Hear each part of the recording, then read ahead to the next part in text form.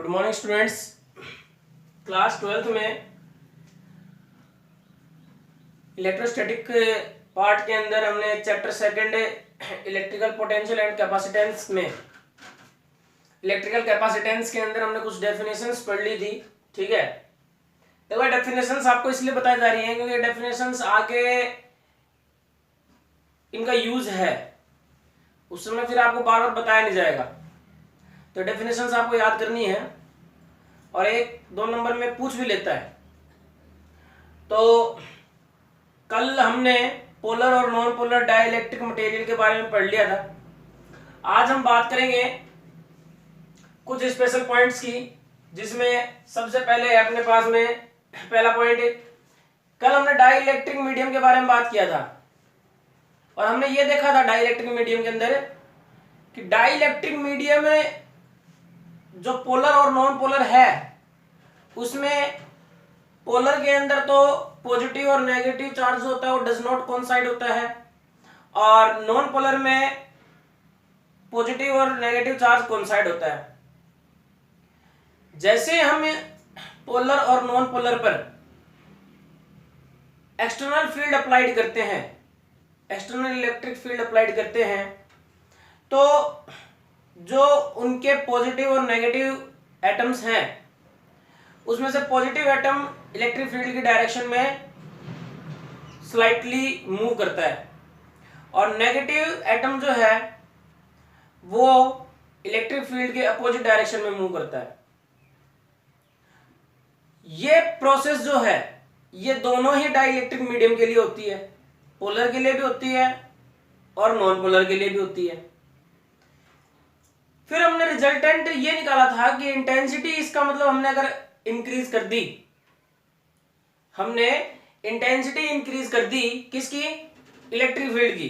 भाई इंटेंसिटी आप electric field की इंक्रीज करोगे, वो इलेक्ट्रिक फील्ड जो आपने पोलर और नॉन पोलर डाइलेक्ट्रिक मटेरियल के ऊपर अप्लाइड कर रखा है। जैसे ही आप इंटेंसिटी इंक्रीज कर देते हो तो डाइपोल मोमेंट जो है वो भी क्या हो जाता है, इंक्रीज होने लग जाता है। क्यों? क्योंकि पोलर और नॉन पोलर में हमने देखा था कि पॉजिटिव और नेगेटिव एटम पर जैसे ही इलेक्ट्रिक फील्ड अप्लाइड करते हैं तो हमको क्या मिलता है, एक डाइपोल मिलता है। और जब हम इस इलेक्ट्रिक फील्ड की इंटेंसिटी को इंक्रीज करते हैं तो डाइपोल मोमेंट भी क्या होता है, इंक्रीज हो जाता है। ये चीज हमने कल पढ़ ली थी। ये जो फैक्ट्स हैं ये फैक्ट्स आपको पता होना जरूरी है, क्योंकि इन फैक्ट्स के बेसिस पर आगे आप डेरिवेशन न्यूमेरिकल वगैरह कर पाओगे। तो पहला पॉइंट देख लेंगे अपन स्पेशल पॉइंट में, डाइलेक्ट्रिक मीडियम जो होता है वो हमने शुरू में जब हमने पढ़ा था इसकी डेफिनेशन, तो हमने ये पढ़ा था कि ये इलेक्ट्रिक फील्ड लाइंस को अलाउ नहीं करती। ये बात हमने पढ़ी थी कि इलेक्ट्रिक करंट को ये अलाउ नहीं करती, बट इलेक्ट्रिक इफेक्ट शो करती है। ये चीज हमने पढ़ी थी कि डाइलेक्ट्रिक मीडियम जो है वो इलेक्ट्रिक करंट को अलाउ नहीं करती बट ये इलेक्ट्रिक इफेक्ट को शो करती है। ये चीज पढ़ी थी। तो इलेक्ट्रिक करंट को जब ये अलाउ नहीं करती, इसका मतलब कि क्या है, ये इलेक्ट्रिकली न्यूट्रल है। न्यूट्रल मतलब कि जो कोई रिस्पॉन्स नहीं दे। तो dielectric medium are always electrical neutral whether it is polar और नॉन पोलर। क्या कह रहा है कि आपके पास में चाहे पोलर डाइलेक्ट्रिक मीडियम हो या नॉन पोलर डाइलेक्ट्रिक मीडियम हो, दोनों ही केस में दोनों ही डाइलेक्ट्रिक मीडियम जो है वो इलेक्ट्रिकली क्या होंगे, न्यूट्रल होंगे। हिंदी भाषा में मैं आपको बताऊं तो वो इलेक्ट्रिक करंट को फ्लो नहीं होने देंगे, आर्य भाषा में, बट इलेक्ट्रिक इफेक्ट शो करेंगे। क्यों? क्योंकि उसके अंदर से इलेक्ट्रिक फील्ड पास आउट हो रहा है। अब इसके बाद में सेकंड पॉइंट है हमारे पास में, लीनियर आइसोट्रोपिक डाइलेक्ट्रिक मटेरियल। आप इसको टॉपिक कह दो या सेकंड पॉइंट कह दो, एक ही बात है। देखो लीनियर आइसोट्रोपिक डाइलेक्ट्रिक मटेरियल, इसको हिंदी में क्या बोलते हैं, रैखिक समदैशिक परावैद्युत पदार्थ। इसकी हिंदी में डेफिनेशन है रैखिक समदैशिक परावैद्युत पदार्थ। देखो लीनियर आइसोट्रोपिक जो है आपके पास में, इसका मतलब यह है कि कोई भी डाइलेक्ट्रिक मीडियम है, उस डाइलेक्ट्रिक मीडियम में जितने भी डाइपोल हैं जब उस डाइपोल्स पर या फिर जितने भी उसके अंदर नेगेटिव और पॉजिटिव चार्ज हैं, जब उस पर इलेक्ट्रिक फील्ड अप्लाइड होता है तो वो सारे के सारे एटम्स जो हैं वो लीनियरली मूव करते हैं। कैसे मूव करते हैं? लीनियरली मूव करते हैं।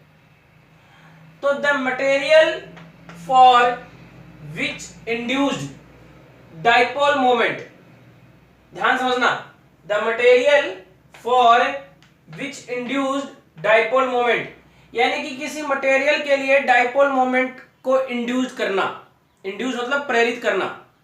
किसी मटेरियल के लिए डाइपोल मोमेंट को इंड्यूस करना। वो डाइपोल मोमेंट कैसे इंड्यूस होगा? Dipole moment is proportional to intensity of electric field and is in the direction of field are known as linear isotropic dielectric material।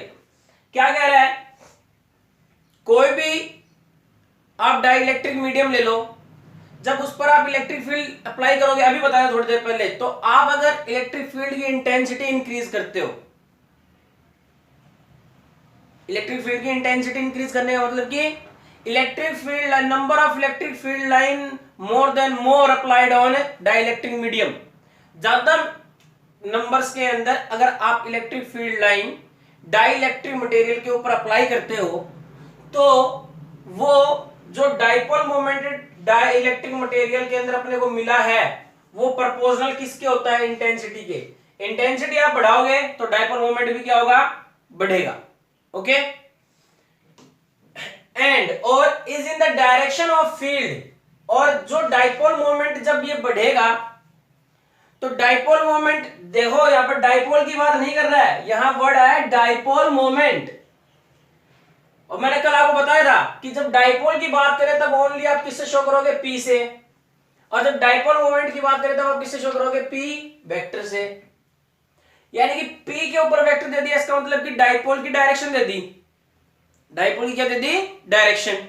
और डाइपोल की direction आपको मिल गई, वो किस डायरेक्शन में मिली है? फील्ड की डायरेक्शन में। किस डायरेक्शन में मिली है? फील्ड की डायरेक्शन में। कौन से फील्ड? जो फील्ड आप डाइलेक्ट्रिक मीडियम के ऊपर अप्लाई कर रहे हो, एक्सटर्नल फील्ड। तो field are known as linear isotropic dielectric material, उसको हम क्या बोलेंगे? Linear isotropic dielectric material. कहने का मतलब क्या है? The material for which induced dipole moment is proportional to intensity of electric field and is in the direction of field are known as linear isotropic dielectric material। उसको हम क्या बोलेंगे? linear isotropic dielectric material। ये definition जो है आपके ध्यान में रहनी चाहिए। डेफिनेशन के अंदर फैक्ट जो है वो क्या कह रहा है ये पता होना जरूरी है। ठीक है, कि हमने इंटेंसिटी इंक्रीज करी तो हमारे पास में डाइपोल मोमेंट जो है वो इलेक्ट्रिक फील्ड की डायरेक्शन के अंदर वो भी इंक्रीज में मिलेगा अपने को। ठीक है, इसके बाद में हमारे पास में थर्ड पॉइंट कह दो या थर्ड डेफिनेशन कह दो, वो क्या है? Polarization vector of material. हमने कल पोलर और नॉन पोलर पढ़ा था, उसका पोलराइजेशन भी हमने पढ़ा था। और पोलराइजेशन अभी मैंने बताया भी था समरी के अंदर कि जैसे ही आप एक्सटर्नल फील्ड अप्लाइड करते हो तो जो डाइलेक्ट्रिक मटेरियल के अंदर नेगेटिव और पॉजिटिव एटम्स हैं वो पोलराइज हो जाते हैं। ठीक है, पोलराइज होने का मतलब क्या हुआ? पोलराइज होने का मतलब ये हुआ कि एक एंड पर पॉजिटिव और एक एंड पर नेगेटिव एटम, इसका मतलब ये पोलराइज हो चुका है। ओके, तो polarization vector of material, material का पोलराइजेशन कैसे आप देखोगे? तो सिंपल सी बात है, हमने अभी तक क्या पढ़ा? इलेक्ट्रिक फील्ड हमने अप्लाई किया किस पर? डाइलेक्ट्रिक मटेरियल पर। तो डाइपोल मोमेंट जो है वो क्या हो गया? इंक्रीज हो गया, इसका मतलब वो पोलराइज हो गया। तो डाइपोल मोमेंट जो है पर यूनिट लेंथ, पर यूनिट वॉल्यूम का, क्योंकि डाइलेक्ट्रिक मटेरियल अपने पास में उसकी वॉल्यूम हम v मान लेते हैं। कितनी मान लेते हैं? v। और हमको क्या फाइंड आउट करना है? Polarization vector of material. Polarization, तो पोलराइजेशन यूनिट वॉल्यूम के लिए करेंगे हम। किसके लिए करेंगे? यूनिट, कंप्लीट वॉल्यूम के लिए नहीं करेंगे, यूनिट वॉल्यूम के लिए करेंगे। फिर कंप्लीट वॉल्यूम के लिए हम क्या कर देंगे? उसको ऐड कर देंगे, इंटीग्रेशन कर देंगे उसका। क्या कर देंगे? इंटीग्रेशन। ध्यान में रखना, एक पूरा मटेरियल के लिए नहीं करेंगे, हम स्मॉल वॉल्यूम के लिए करेंगे। स्मॉल वॉल्यूम के लिए हमको जो पोलराइजेशन मिल जाएगा, उस पोलराइजेशन का हम क्या कर देंगे? इंटीग्रेशन कर देंगे। क्या कर देंगे? इंटीग्रेशन। आ रही बात समझ में? क्या आ जाएगा? Volume of the material is known as polarization vector of material. Dipole moment per unit volume of the material is known as polarization vector of material. It is denoted by, इसको हम किससे डिनोट करते हैं? P vector से। किसे denote करते हैं? P vector से। इसका मतलब क्या हो गया? ध्यान समझना, जहां डाइपोल मोमेंट आ गया, इसका मतलब कि वो जो आपके पास में डाइपोल है वो क्या हो रहा है? पोलराइज हो रहा है। तो डाइपोल मोमेंट को आप क्या बोल सकते हो? In other words polarized dipole. क्या बोल सकते हो? Polarised dipole. आ रही बात समझ में? देखो, पोलराइजेशन एक्चुअली में जो पोलराइजेशन आप ये समझ रहे हो ना, इसको ऐसे समझो, कोई भी एटम या मॉलिक्यूल्स है, कोई भी एटम या मॉलिक्यूल है, वो यदि अपने पास में आप चाहे उसकी कोई भी फिनोमिना ले लो, चाहे वाइब्रेशन ले लो, चाहे फ्रीक्वेंसी ले लो, चाहे पॉजिटिव नेगेटिव चार्ज ले लो, कुछ भी ले लो, अगर दोनों एंड पर वो अपोजिटली वर्क करता है तो हमको ये पता चलता है कि वो क्या बना रहा है? एक पोलराइजेशन बना रहा है।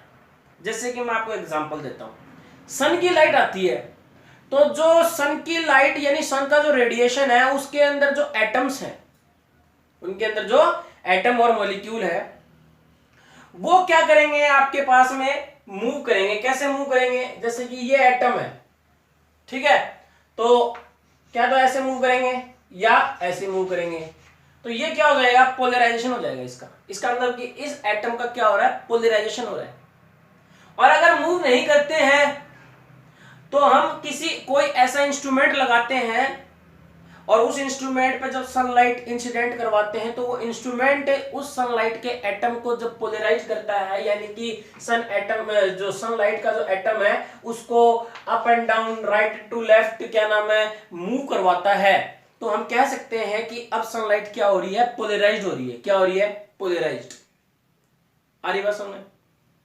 और यही रीजन है, ध्यान समझना, कि सनलाइट जो होती है वो किस में होती है? 3D में होती है, 3 डायमेंशनल में होती है।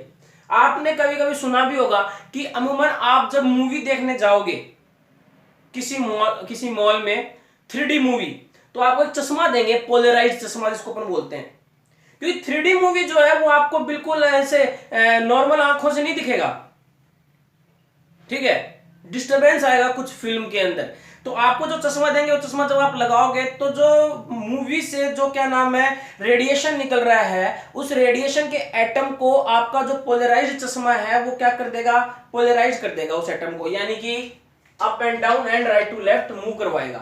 तब आपकी आंख उसको डिटेक्ट कर लेगी, क्योंकि वो किस में हो गया? 2D में हो गया, एक्स वाई 2D में हो गया।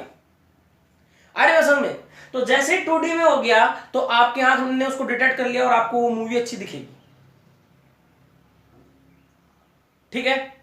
तो इसका मतलब क्या हुआ कि जो पोलराइजेशन है किसी भी मटेरियल का, किसी भी नॉन पोलर या पोलर का पोलराइजेशन जो है वो क्या है कि उसके अंदर जो पॉजिटिव और नेगेटिव एटम जो डाइपोल के फॉर्म में है, उसका डाइपोल मोमेंट ही क्या है? पोलराइजेशन है। आ रही बात समझ? किसी भी पोलर और नॉन पोलर मटेरियल के अंदर जो डाइपोल है, उस पर जब आपने इलेक्ट्रिक फील्ड अप्लाइड किया तो वो डाइपोल मोमेंट को क्या नाम है आगे मतलब उसको क्या मिल गया? डाइपोल मोमेंट मिल गया।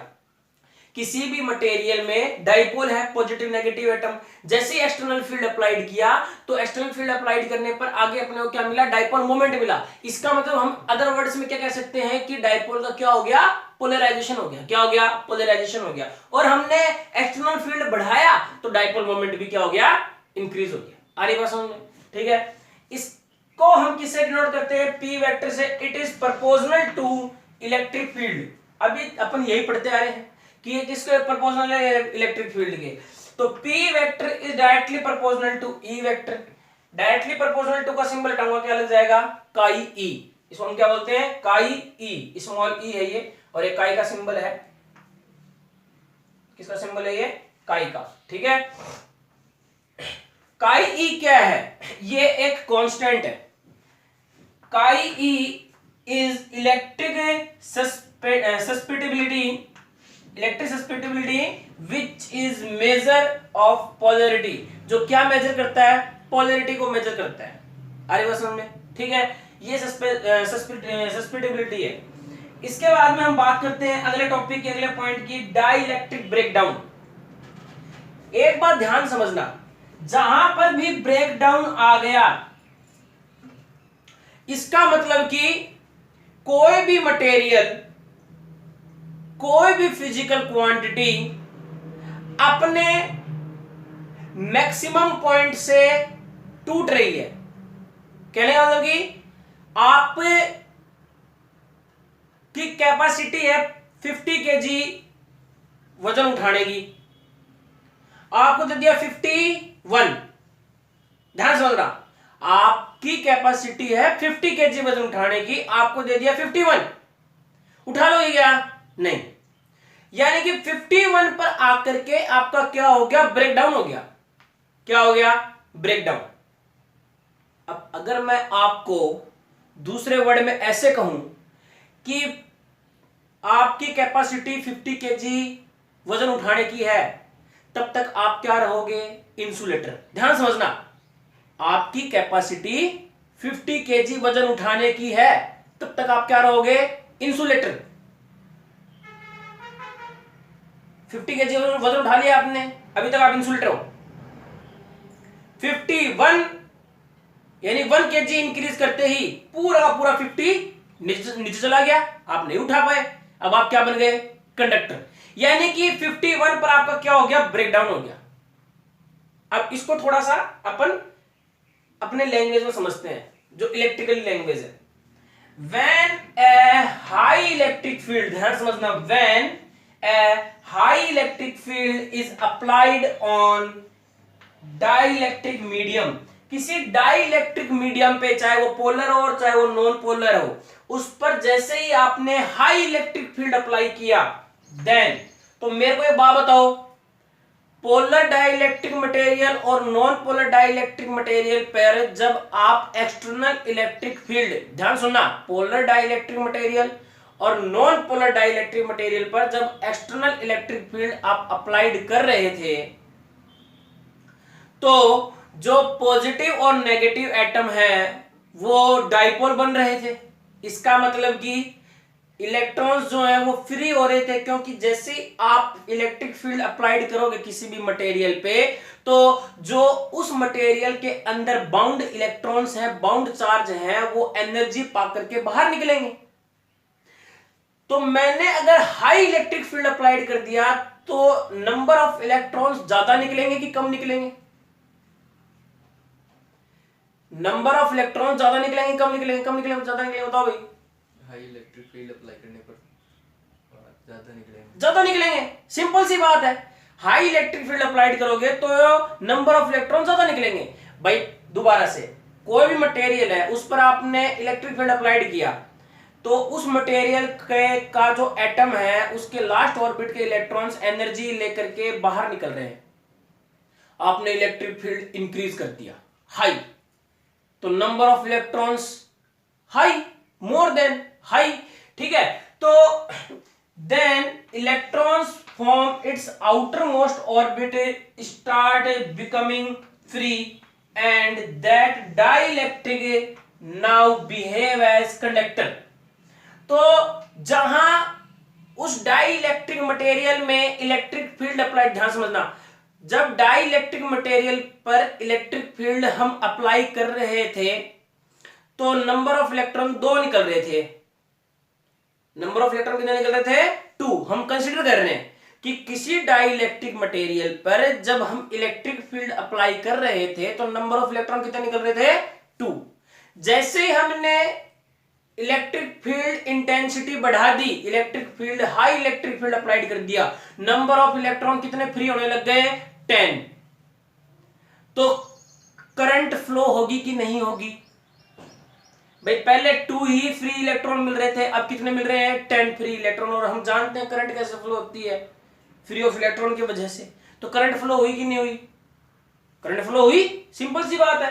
क्या आ जाएगा? नाउ, और करंट फ्लो होगा तब वो किसकी तरह बिहेव करेगा? एक कंडक्टर की तरह। नाउ बिहेव एज कंडक्टर, किसकी तरह बिहेव कर रहा है? कंडक्टर की तरह। This phenomena is known as dielectric breakdown. ये फिनोमिना आपको क्या कहलाता है? Dielectric breakdown.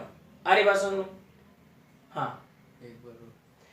देखो क्या कह रहा है कि कोई भी आपके पास में डाइलेक्ट्रिक मटेरियल है, जब उस डाइलेक्ट्रिक मटेरियल पर आपने इलेक्ट्रिक फील्ड अप्लाई कर दिया, कोई एक्स्ट्रा फोर्स अप्लाई कर दिया, या डाइलेक्ट्रिक मटेरियल तो हम यहां ले रहे हैं, हम पहले क्या ले रहे थे? कंडक्टर ले रहे थे, है ना, या इंसुलेटर ले रहे थे। अब इंसुलेटर ले रहे थे तो इंसुलेटर और डाइलेक्ट्रिक मटेरियल एक ही चीज हो गई एक तरीके से देखा जाए तो, क्योंकि डाइलेक्ट्रिक मटेरियल भी इलेक्ट्रिक करंट को पास आउट नहीं करता और इंसुलेटर भी इलेक्ट्रिक करंट को पास आउट नहीं करने देता। अब इंसुलेटर पे आप जैसे टेम्परेचर इंक्रीज करोगे तो इंसुलेटर के अंदर जो नंबर ऑफ इलेक्ट्रॉन्स बाउंडेड हैं स्ट्रांगली, वो क्या करेंगे? एनर्जी लेकर के, हमने जब एनर्जी उसके ऊपर बढ़ाई, एक्सटर्नल एनर्जी इसके ऊपर बढ़ाई, तो वो एनर्जी लेकर के बाहर निकलेंगे। इलेक्ट्रॉन जैसे ही फ्री होगा करंट फ्लो होने लगेगा, तो वो इंसुलेटर किसकी तरह बिहेव करेगा? कंडक्टर की तरह बिहेव करेगा। बिल्कुल डाइलेक्ट्रिक मटेरियल पर आप इलेक्ट्रिक फील्ड अप्लाइड कर रहे थे, तब नंबर ऑफ इलेक्ट्रॉन्स जो है वो बहुत कम फ्री इलेक्ट्रॉन्स रिलीज हो रहे थे। जैसे ही हमने हाई इलेक्ट्रिक फील्ड अप्लाइड कर दिया तो नंबर ऑफ इलेक्ट्रॉन्स बहुत ज्यादा रिलीज होने लग गए। अब वो जो नंबर ऑफ इलेक्ट्रॉन रिलीज हुए हैं, this is called free electrons. उनका जो नंबर है वो बहुत ज्यादा है, इसलिए उनके वजह से क्या फ्लो होने लग गया? करंट फ्लो होने लग गया। अब करंट फ्लो होने लग गया तो हम क्या जानते हैं? डाइलेक्ट्रिक मटेरियल कभी भी करंट फ्लो नहीं करता, लेकिन हाई इलेक्ट्रिक फील्ड पर वो करंट फ्लो करने लग गया। इसका मतलब कि डाइलेक्ट्रिक मटेरियल किसकी तरह बिहेव करने लग गया?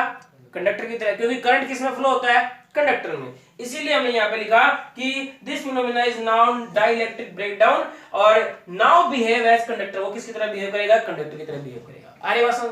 ठीक है, ये हमारे पास में डाइलेक्ट्रिक ब्रेकडाउन कंप्लीट हो गया, इसको उतार लो।